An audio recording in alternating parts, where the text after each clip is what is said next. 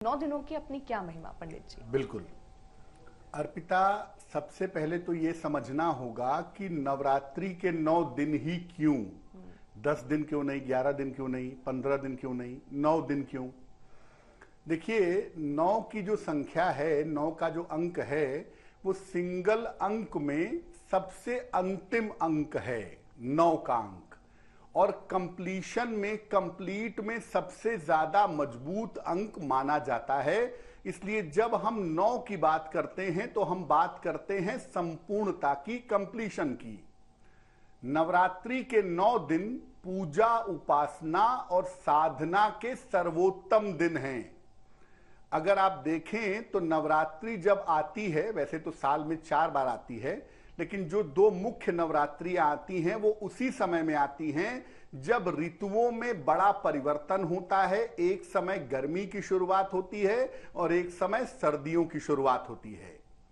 तो ऋतु परिवर्तन के समय, संधि के समय नवरात्रि आती है और इन दिनों में साधना से हर तरह की मनोकामना आप पूरी कर सकते हैं।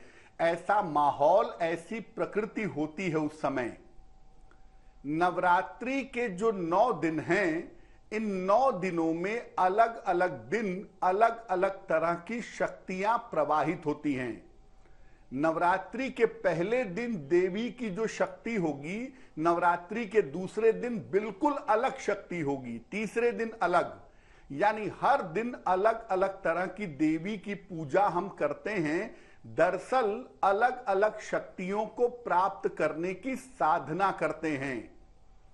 हर दिन की शक्ति को समझ करके उसके अनुसार अगर आप कामना करें, प्रार्थना करें, मनोकामना करें, तो आपकी कामना निश्चित रूप से पूर्ण होगी। लेकिन आपको यह समझना होगा कि किस दिन की देवी की शक्ति क्या है और उस दिन की शक्ति को प्राप्त कैसे करेंगे। इसीलिए अलग अलग दिन को समझ करके तब आपको साधना करनी होगी। अब नवरात्रि के 9 दिन भी होते हैं और ज्योतिष में 9 ग्रह भी होते हैं। तो आप नवरात्रि में 9 दिन की साधना से कामना तो पूरी कर सकते ही हैं, नव ग्रहों से संबंधित जो समस्या है उसको भी नवरात्रि के 9 दिनों में आप दूर कर सकते हैं। यानी सामान्य मनोकामनाएं भी पूरी कर पाएंगे। और अगर 9 ग्रहों से संबंधित कोई बाधा है, 9 ग्रहों से संबंधित कोई दिक्कत है, तो वो दिक्कत भी आप इसमें दूर कर पाएंगे। इस बार ये जो अवसर आपको मिलेगा नवरात्रि में 9 दिनों की साधना करने का, ये अवसर शुरू होगा 22 मार्च को और इसका समापन होगा 30 मार्च को। और इस बार की नवरात्रि संपूर्ण 9 दिनों की नवरात्रि होगी। पूरे 9 दिनों तक देवी के 9 स्वरूपों की पूजा होगी, 9 तरह की शक्तियां प्राप्त करेंगे और 9 ग्रहों की बाधाओं को दूर करेंगे। इसलिए इस बार की नवरात्रि में चूंकि पूरे 9 दिन का अवसर आपको मिल रहा है, तो आप तैयार हो जाइए इन 9 दिनों में साधना करने के लिए, उपासना करने के लिए। पंडित जी, आप 9 दिन पूर्ण आपने बताया कि ये नवरात्रि है, अलग अलग देवियों की पूजा हम इन 9 दिनों में करते हैं, अलग अलग ग्रह को शांत करने के लिए, उसके लिए हम पूजा अर्चन करते हैं।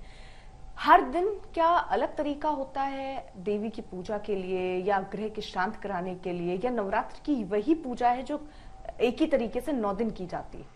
अर्पिता, सामान्यतः लोग अपने घरों में सामान्य रूप से जो पूजा पहले दिन करते हैं वही 8वें दिन भी करते हैं, वही 9वें दिन भी करते हैं। लेकिन ये सिस्टम नहीं है। हर दिन की जो देवी अलग बनाई गई हैं, उसके पीछे का तर्क है, उसके पीछे का विधान है। क्योंकि हर स्वरूप से एक अलग तरह का वरदान, एक अलग तरह की ऊर्जा आपको मिल सकती है। लेकिन आपको ये समझना होगा कि देवी का वो स्वरूप आपको दे क्या सकता है और देवी के उस स्वरूप से कौन सा ग्रह जुड़ा हुआ है। आप पूजा चाहे जैसे करिए, लेकिन अगर आप उनके रूप को, स्वरूप को समझ करके पूजा करेंगे, अगर आपको समझ ही नहीं है कि देवी की पूजा हम क्यों इस दिन शैलपुत्री की पूजा करते हैं, क्यों इस दिन माता ब्रह्मचारिणी की पूजा करते हैं, ये समझ ही नहीं है तो नवरात्रि को आप उतार नहीं पाएंगे। इसीलिए बहुत सारे लोग कहते हैं कि मैंने बहुत सालों से नवरात्रि में पूजा की लेकिन मुझे कोई अनुभव नहीं हुआ। उसका कारण यही है कि आप उस बात को, उस भावना को समझ ही नहीं रहे हैं। रोज एक ही तरह से पूजा कर रहे हैं, उसके भी लाभ हैं, उससे इनकार नहीं करेंगे, लेकिन जब आप देवी के रूप को, स्वरूप को, उनको कौन सा रंग, कौन सा भोग अर्पित किया जाएगा, इन चीजों को समझ करके जब आप पूजा करेंगे तब जाके दरअसल नवरात्रि से आपको पूरा फायदा मिल पाएगा। पंडित जी वो भी समझेंगे कि हर दिन, यानी शुरुआत से, पहले दिन से और 9वें दिन तक किस तरीके से पूजा करनी है, किसकी करनी है, कैसे पूजा पाठ होनी चाहिए। क्योंकि मुझे लगता है एक आरती जो वो किताबें आती हैं उसको खोलते हैं, उससे सब पढ़ डालते हैं, लेकिन हर रोज के हिसाब से अलग पढ़ना चाहिए, शायद उसके विषय में पता नहीं है, लेकिन वो आप अब आगे बताएंगे, उस पर भी हम आगे बात करेंगे। लेकिन नवरात्रि की तैयारी की शुरुआत कैसे की जाए, सबसे पहले इस पर बात। देखिए, कोई भी पूजा करने के पहले एक सिस्टम है घर का। दीपावली की पूजा के पहले हम घर की साफ सफाई करते हैं, एक तरीका है, एक परंपरा है। अगर हम नवरात्रि की बात करें, जैसा आपको पहले बताया कि ऋतु परिवर्तन होता है, आप अब गर्मियों की तरफ प्रवेश करेंगे तो अपने जीवन को उसके हिसाब से बनाएंगे। नवरात्रि के पहले घर की साफ सफाई जरूर कर लीजिए, क्योंकि अब आपको 9 दिन तक पूरी तरह से सात्विक रहना है और पूरी तरह से अपने घर में शुद्धता मेंटेन करनी है। तो नवरात्रि के पहले घर की साफ सफाई कर लें। घर से जो अनुपयोगी कपड़े हैं, जूते चप्पल हैं, जिनका आप प्रयोग नहीं करते, ऐसी खराब चीजें प्रयोग में जो नहीं आ रही हैं, उन्हें घर से हटा दीजिए। पूजा के स्थान को पूरी तरह से साफ सुथरा करिए। वहां आप चाहें तो नया वस्त्र बिछा दें, जो पूजा स्थान पे आप बिछाते हैं। मूर्तियों को साफ कर लें, चित्रों को अच्छी तरह साफ कर लें। कपड़े, वस्त्र बदलना चाहते हैं देवी देवता के, वो सब बदल लें। पूरी तरह से साफ सुथरा पूजा स्थान को बना दें। माता का एक चित्र आपको जरूर चाहिए नवरात्रि में पूजा करने के लिए। अगर आपके पास पहले से है तो बड़ी अच्छी बात है, नहीं तो माता की एक मूर्ति या चित्र अपने पूजा स्थान पर लाके नवरात्रि की शुरुआत के पहले ही आपको स्थापित कर लेना चाहिए। अगर आप कोई नई चीज खरीदना चाहते हैं, जैसे दीपक आपको नया खरीदना है, घंटी आपको नई खरीदनी है, शंख आपको नया खरीदना है, तो ये चीज भी ला करके आप अपने पूजा स्थान पर रखते जाएं। और जब नवरात्रि शुरू होगी तब आप इन चीजों का प्रयोग करेंगे। लेकिन नॉर्मली होता क्या है कि पूजा स्थान पर ज्यादातर लोगों के घर में पूजा स्थान के बीचों बीच में जिसकी वो पूजा करते हैं, भगवान कृष्ण की, राम जी की, भगवान शिव की, उनका चित्र या मूर्ति बीच में रखते हैं। लेकिन अब नवरात्रि में आप देवी की मूर्ति या चित्र को पूजा स्थान के बीचों बीच में रख दीजिएगा। और अब बाकी सारी पूजाएं आपकी चलेंगी, बंद कोई नहीं होंगी, लेकिन मुख्य रूप से आपको अब दोनों वेला, सुबह शाम देवी की पूजा करनी होगी। जैसा हम लगातार कह रहे हैं कि नवरात्रि के 9 दिन जो शक्ति प्रवाहित होती है, अब आपको उसको ग्रहण करना है, तो उसके लिए आपको ये तैयारियां करनी पड़ेंगी। और पंडित जी, ये तैयारियां आपने बता दी, लेकिन कई बार बहुत छोटी छोटी सी गलतियां हो जाती हैं जिन पर हम अभी बात कर रहे थे। किस तरीके की सावधानियां रखनी चाहिए, कौन सी सावधानियों का पालन करने चाहिए नवरात्रि के वक्त? अर्पिता, सबसे जो महत्वपूर्ण बात है नवरात्रि की, वो है आपका आहार। आप खाते क्या हैं? व्रत रहते हैं तो अलग खाएंगे, सामान्य रहते हैं तो अलग खाएंगे, लेकिन आहार बड़ा महत्वपूर्ण होता है। और आप ज्यादातर देखिए कि 90% घरों में प्याज लहसुन का प्रयोग भी बंद हो जाता है, क्योंकि हम इसे बहुत परम सात्विक अवसर समझते हैं और जानते हैं।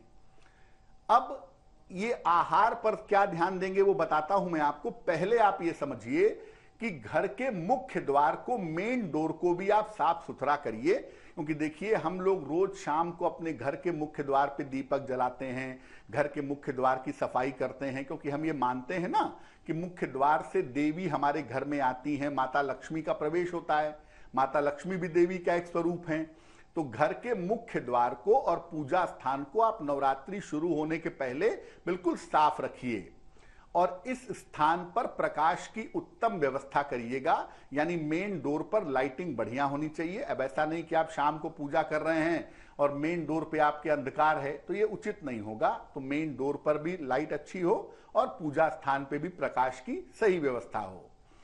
कलश की स्थापना अगर आप करेंगे नवरात्रि में, अगर आप ऐसा सोचते हैं कि मैं कलश की स्थापना नवरात्रि में करूंगा देवी के सामने और जौ बोऊंगा या उसमें जल रखूंगा या रखूंगी, तो आपको एक अखंड दीपक की भी व्यवस्था करनी होगी। एक बड़ा सा दीपक आप रखेंगे, घी का या तिल के तेल का दीपक होगा, जो पूरे 9 दिन तक सुबह दोपहर शाम रात जलता रहेगा।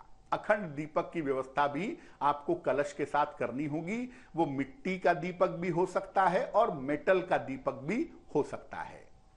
जो सबसे अहम बात है कि नवरात्रि में तामसिक आहार और तामसिक विचार से बचिए।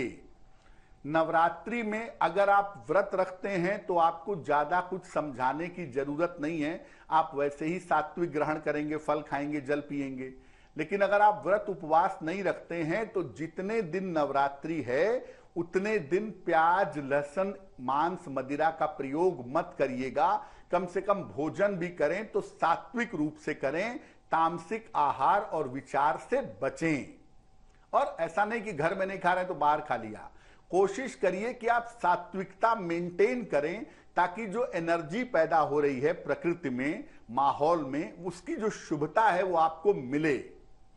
नवरात्रि में जब भी आप पूजा करें, आप लाल वस्त्र पहन करके पूजा करें या पीले वस्त्र पहन करके पूजा करें तो आपके लिए बहुत अच्छा रहेगा। काले वस्त्र पहनकर, नीले वस्त्र पहनकर पूजा मत करें।